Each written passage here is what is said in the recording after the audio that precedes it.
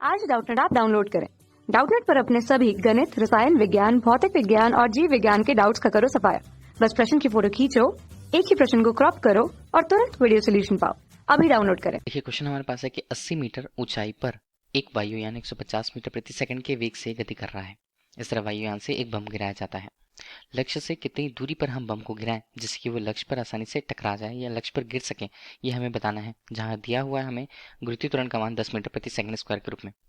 Options यहाँ पर हैं कि लक्ष्य से कितनी दूर पहले हम बम को गिराएं, तो वो हमारे पास दूरी दी हुई है 605.3 मीटर के रूप में, 600 मीटर के रूप में, 80 मीटर के रूप में या 230 मीटर के रूप में। कौन सा मान यहाँ पर सही होगा वो हमें देखना है। ठीक है, इसके लिए हम पहले डायग्राम देख लें इसके कि स्थिति पहले है कैसी यहाँ पर। देखिए पहले तो हमने एक तल ले लिया, पृथ्वी तल हम कह देते हैं। वायुयान जो एक नियत ऊंचाई पर वहां से उड़ती है। ठीक है, तो अगर हम नीचे से वो दूरी देखें ऊपर तक, तो ये हमारे पास होता है एच के रूप में। एच के रूप में कितना मान दिया हुआ है? 80 मीटर हमें दिया क्वेश्चन पे।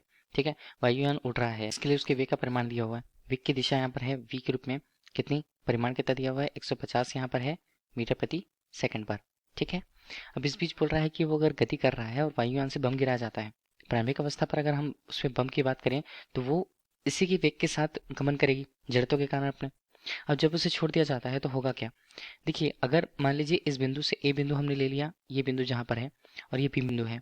ठीक है, ए बिंदु के सीधे नीचे पर बी बिंदु यहाँ पर मौजूद होता है, और अगर लक्ष्य को ए पर से छोड़ा जाता है तब वो जड़त्व के कारण क्या होगी? वो भी आगे की तरफ जाएगी। आगे की तरफ जाते जाते इसका प्रभाव जो होगा वो गुरुत्वीय त्वरण से प्रभावित होगा, और गुरुत्वीय त्वरण की दिशा धनात्मक रूप से नीचे की तरफ होगा, तो उसकी दिशा जो बनेगी वो किस तरह से बनेगी? देखिए ये भी एक कुछ इस तरह का पथ बनेगा। मान लीजिए हमने ये बता दिया कि बिंदु सी पर जाकर के वो टकरा रही है।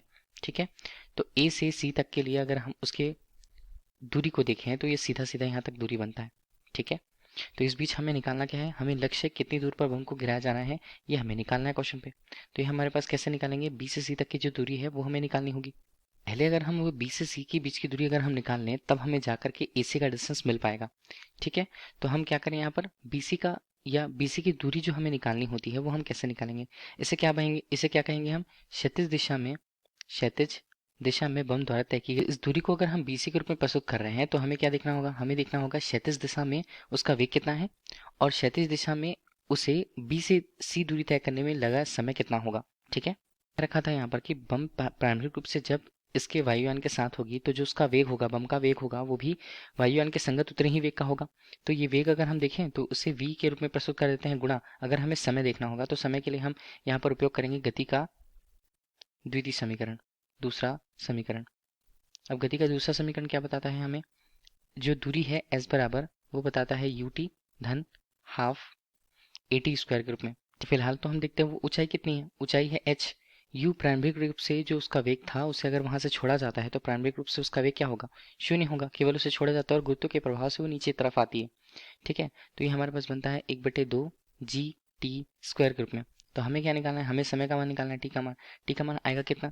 2h वहां पर हो जाएगा बटे जी हो जाएगा, और टी का स्क्वायर था तो अगर वर्गमूल हमने करा तो 2h बटे जी के रूप में इसका मान आएगा टी के। ठीक है, तो v का मान हमारे पास v के साथ गुणा टी का मान होगा, तो ये कितना बनता है? ये हमारे पास बनता है 2h बटे स्मॉल जी के रूप में। ठीक है, फिर इस तरह से अगर हम दूरी निकालना चाहें तो BC की दूरी का मान हमारे पास कितना बनेगा? ये हमारे पास है 150 मीटर प्रति सेकंड।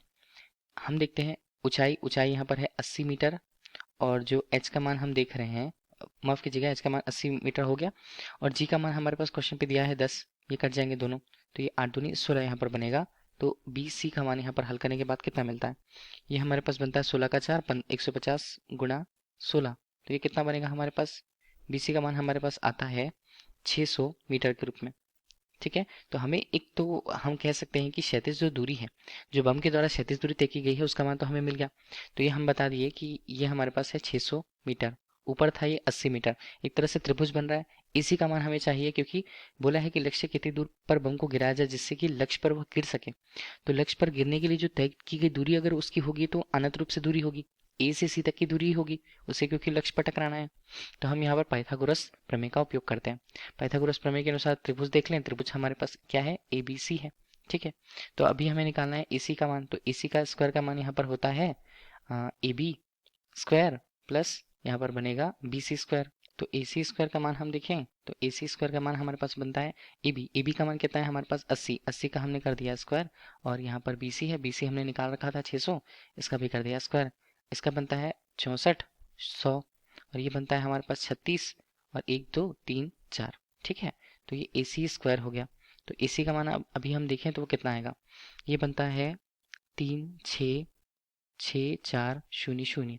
ठीक है, वर्गमूल के अंदर आएगा मान। तो ये हमारे पास हल करने के बाद मान कितना आता है, हल करने के बाद AC का मान या AC का जो डिस्टेंस है वो हमारे पास आता है 605.3 मीटर के रूप में। ठीक है, तो ये हमें बता रहा है लक्ष्य टकराने के लिए तय की गई दूरी उस बम के द्वारा 605.3 मीटर को। तो यहाँ पर हम देखें विकल्प में तो 605.3 मीटर हमारे लिए इस क्वेश्चन का सही आंसर है। Thank you.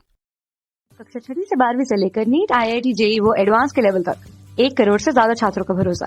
आज ही डाउनलोड करें डाउटनेट ऐप या व्हाट्सएप करें अपने सारे डाउट्स 8400 400 400 पर।